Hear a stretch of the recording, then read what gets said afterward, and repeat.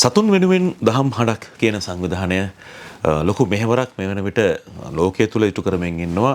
සතුන්ගේ අයිතිවාසිකම් සුරකින්න නිර්මාංශ ආහාර ලෝකේ පුරා ව්‍යාප්ත කරන්න ඇතුළු මේ මිනිසුන්ගේ ආකල්පමය වශයෙන් මිනිසුන් ධාර්මික මාර්ගය තුලින් යහපත් පිරිසක් බවට පත් කරන්න ලොකු කාර්යභාරයක් ඉටු කරමින් ඉන්නවා. ඉතින් සුභානි සෙනරත් මහත්මිය ජ්‍යෙෂ්ඨ මනෝපදේශිකාව අපිත් එක්ක කතා බහ කරමින් ඉන්නවා. කුරුණෑගල කලාප සංවිධායකතුමිය වශයෙන් කටයුතු කරන මේ සංවිධානයේ ඔබතුමිය කලින් වැඩසටහනකදී අපිත් එක්ක ප්‍රකාශ කළා නිර්මාංශ ආහාර අනුභවයත් එක්ක ලොකු සෞඛ්‍ය වෙනසක් ඇති කරගන්නත් පුළුවන්. ඒ වගේම තමයි ආධ්‍යාත්මිකවත් ඒ වගේම සමාජ වශයෙන්ත් මේක ලොකු සේවයක් වෙනවා කියන. දැන් තියෙන ගැටලුව තමයි සුභාන මහත්මිය බොහෝ දෙනෙක් හිතනවා අපේ රටේ විශේෂයෙන්ම නිර්මාංශ වුණොත් එහෙම මොනවද අපි කන්නේ? අපිට කන්න මොනවද තියෙන්නේ? මේකට તો අපි දුර්වල වෙනවා. ඒකට සෞඛ්‍ය ගැටලුව ආවට පස්සේ කවුද අපිට උදව් කරන්නේ කියලා.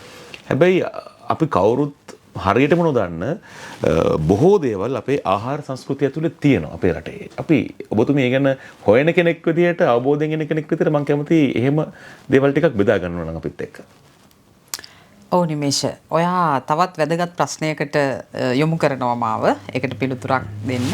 මට එතකොට මතක් වෙනවා මේ බටහිර වෛද්‍ය විද්‍යාවේ පියා දුන්නු එක ප්‍රකාශයක් තියෙනවා. එයා කියනවා මේ අපි ඉන්න නිරෝගී කාලයේදී අපිට ආහාර ගන්නලු බෙහෙත් වගේ. එයා කියනවා එහෙම නොවුනොත් අපි ලෙඩ වුණොත් අපිට බෙහෙත් ගන්න වෙනවලු ආහාර වගේ. මේක එයා සැඟවුණු ලොකු අර්ථයක් දෙනවා. ඒ කියන්නේ ඇත්තටම බෙහෙත් අපිට ලෙඩක් හැදුනොත් කරන්න දෙයක් නැහැ නිමේෂ ගන්න වෙනවා. හැබැයි අපිට පුළුවන් තරම් අපි බෙහෙත් නොගෙන අපේ රටාව හදාගෙන යන්න පුළුවන් නම් එතන තමයි හරි පැවැත්ම තියෙන්නේ. ආහාරයම බෙහෙතක් බවට පත් කරගන්න ඕනේ.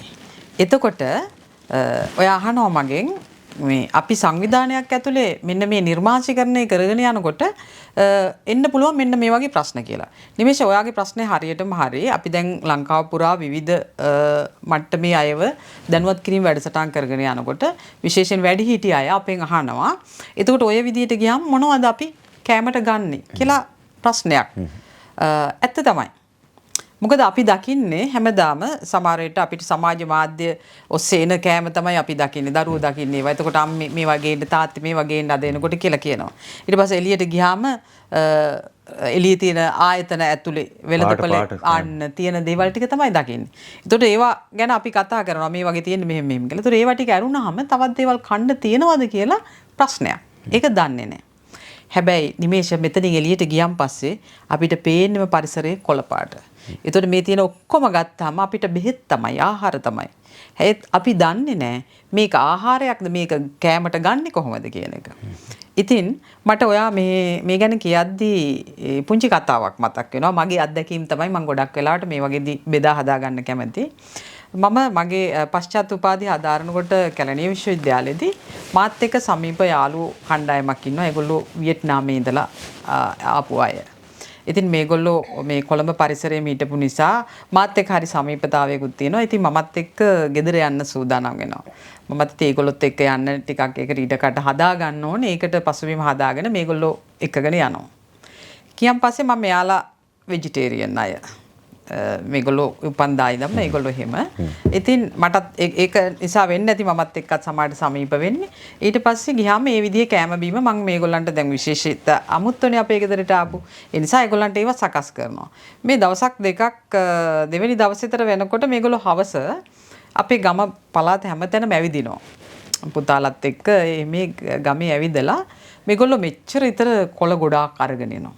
නිමේෂ ඔයා හිතනවද නිමේෂ මේ කොළ ගොඩේ මොනවද තියෙන්නේ නැද්ද කියලා?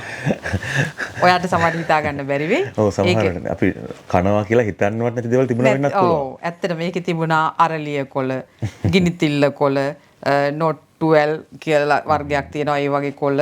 ඔහොමම ගොඩක් අපි නොදන්න ගොල්ලක් තමයි අරගෙන ආවේ. ඊට පස්සේ හැබැයි මමත් ඒවා ගොඩක් දන්නවා. මොකද මමත් මගේ අම්මා හැම ඔය දේවල් හරියට අපිට හදලා කාපු බිව්ව අය. ඉතින් මම මේගොල්ලෝ විදේශිකයා අය නිසා මේවා ගැන දන්නවද කියන එක දන්නේ නැහනේ. ඊට පස්සේ මම බැලුවා මොකක් කරන්නද අරගෙන ආවේ කියලා. මේගොල්ලන්ට මං කිව්වා මොකක්ද කරන්නන්නේ. මේගොල්ලෝ දැන් මේක කුක් කරන්න කියලා කිව්වා. ඊට පස්සේ එයාට අවශ්‍ය පසුබිම හදලා දෙන්න කිව්වා. ඒ ටික කරලා දුන්නාම මේගොල්ලෝ මොකද කරේ? මම යාලට කන්න ඔය දැන් ලංකාවේ තියෙන අන්නසි ඒ වගේ පළතුරු හැමත් තිබුණා.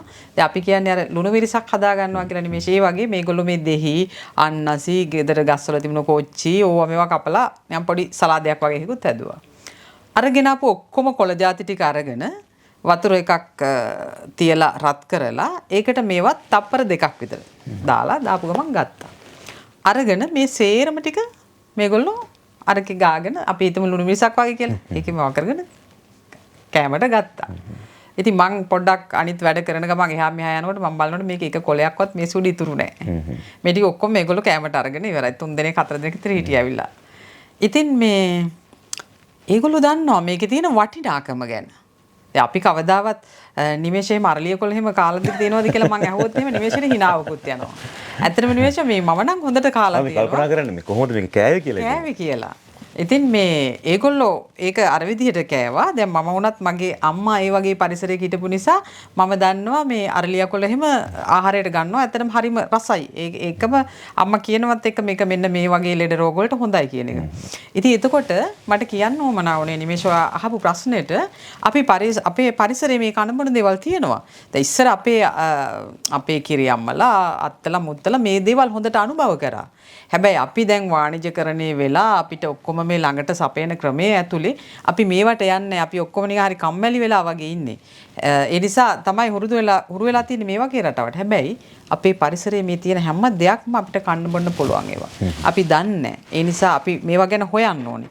ඒ හින්දා අපේ මේ ව්‍යාපෘතිය ඇතුලේ මේ පරිසරයේම අපි ගාව තියෙන ඒවා කන්නේ මෙහෙමයි කියලා අපිට දැන් පෙන්වන්න වෙලා තියෙනවා. අපේ ප්‍රදර්ශනවලදී අපි කරන්නේ ඒක. ඒ වගේනේ මේකෙන් මෙන්න මේ වගේ කෑමක් හදන්න පුළුවන්. මේකේ සමහරට මේ පැණි රස කෑම වගේ දේවල් වෙන්න පුළුවන්. විවිධ දේවල් නිර්මාණය කරන්න පුළුවන් කියලා අපි පෙන්නනවා. ඉතින් එතකොට ඇවිල්ලා කට්ටිය මවිත වෙලා මේවා කන්න පුළුවන්ද කොහොමද කියන එක බලනවා. ඉතින් ඒ නිසා නිමේෂ මම හිතන්නේ මේ දේවල් අපි මිනිස්සුන්ට ගෙනියන්න ඕනේ. අපි ගාව තියෙන වැරදි ආකල්ප ටිකක්. ඒ ආකල්ප අපි නිවැරදි කරගෙන ගියොත් මේක ඇතුලේ අපිට නිරෝගීකම ලැබෙනවා.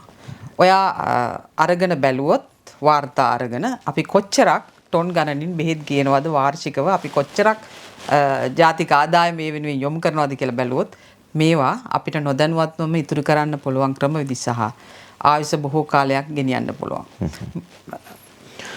අපි හැමදාම කියන ආයිබෝවන් කියලා ආයුෂ බොහෝ කරගන්න අපිට බොහෝ දේවල් රටක් විදිහට තියෙද්දිත් අපේ සංස්කෘතිය ඇතුලේ ආහාර සංස්කෘතිය ඇතුලේ තියෙද්දිත් අපි වැරදි ක්‍රමවේද වලට පුරුදු වෙලා ඉන්නවා. දැන් අපි කියන්නේ වියට්නාම ජාතිකයෝ වගේම මේ ඒ විදිහට තප්පර දෙකක් උණුතුර දාලා තිබිලා කන්න කියලා. හැබැයි අපිට සෞඛ්‍ය ක්‍රමවේදයක් එක්ක සෞඛ්‍ය ආරක්ෂිතව අපේ ආහාර රටාව හදා ගන්න පුළුවන් විදිහට. ඒ නිසා something better than nothing. ඒ නිසා අපි පොඩි පියවරක් තියමු ලෝකය වෙනස් කරන්න. ඒ පියවර මම හිතන්නේ ලොකු වෙනසක් ඇති කරන්න හේතු සාධකයක් වෙයි. WhatsApp අංකය තියෙනවා. ඔබ කැමති නම් සතුන් වෙනුවෙන් දහම් හඬක් සංවිධානයත් එක්ක එකතු වෙලා අපේ රට වෙනුවෙන් ඒ වගේම ලෝකයේ ජනතාව වෙනුවෙන් යම් සේවාවක් ඉටු කරන්න ඔබට අවස්ථාවක් තියෙනවා. මොකද වැඩි පිරිසක් එකතු වෙන තරමට අදහස් එකතු වෙනවා, ශක්තිය එකතු වෙනවා. අපි ඔබට ආරාධනා කරනවා එක් වෙන්න කියලා.